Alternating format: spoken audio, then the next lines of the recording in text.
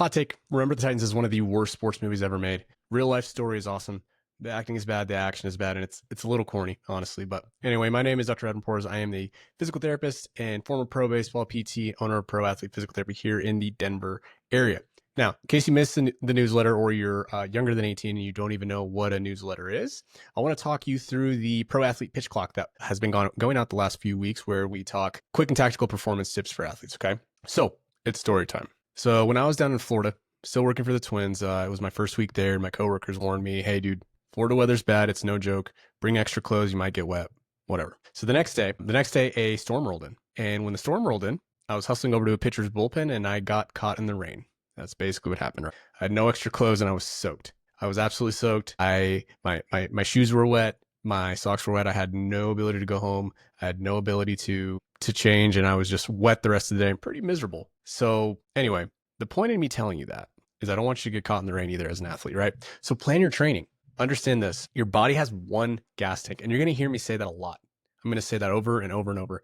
Your body has one gas tank. That means after any activity, you need a period of active recovery, which we can get into what that even means. Active recovery. It sounds like a bit of a buzzword, but we'll get into that, right? So what does that mean? In terms of arm care, in terms of recovery, right? A lot of that stuff is sort of buzzy, but I want you to understand that the whole point of recovery is to improve your performance. So by definition, recovery, according to Google anyway, is the action or process of regaining possession or control of something stolen or lost. So for athletes, that's a pre-planned blueprint to regain the fuel and energy you used to perform in the first place. That means your training plan should hit 3 goals. Number 1, obviously dominate the ops.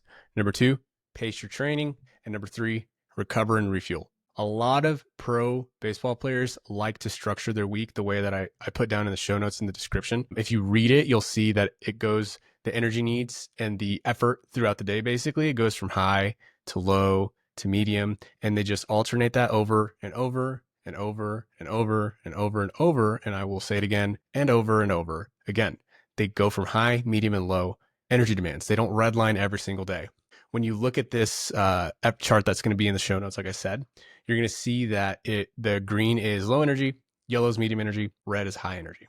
And that just means that you are structuring your week in a way that will make it so you don't burn yourself out. Burnout is very real in athletes. There is research studied on burnout, and what you don't want to do is burn yourself out.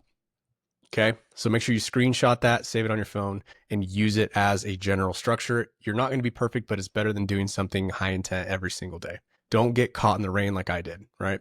Whether you're a pitcher, whether you're a hitter, obviously a lot of you right now are both. You need to understand that you need to dominate your opponents, pace your training, recover and refuel the lost energy. Don't go out there fatigued, otherwise you're going to get injured. You're going to end up with me, but that's not what we want, right? So today the takeaway is super basic. You should not be doing, for example, let's get into an example.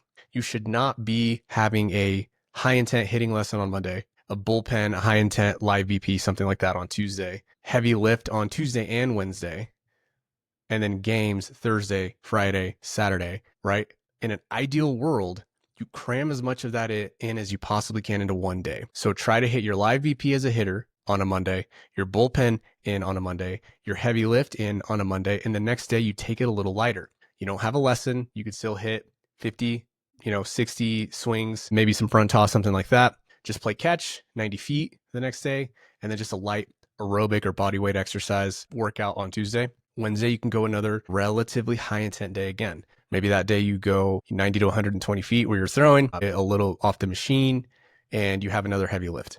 But then the next day you're going to repeat what you did on Tuesday. You're going to notice that's going to be up and down and up and down. And at a minimum, most athletes need at least 2 rest or recovery days where you're not doing something super high intent. Obviously, I don't want to paint with a broad brush. Everybody's different. Everybody's body's different. But generally speaking, if you're trying to play at the next level, I can tell you, you need to pace yourself and understand there's a lot of baseball left in front of you, specifically if you're a baseball player. So if you have questions, reach out. Hope this was helpful.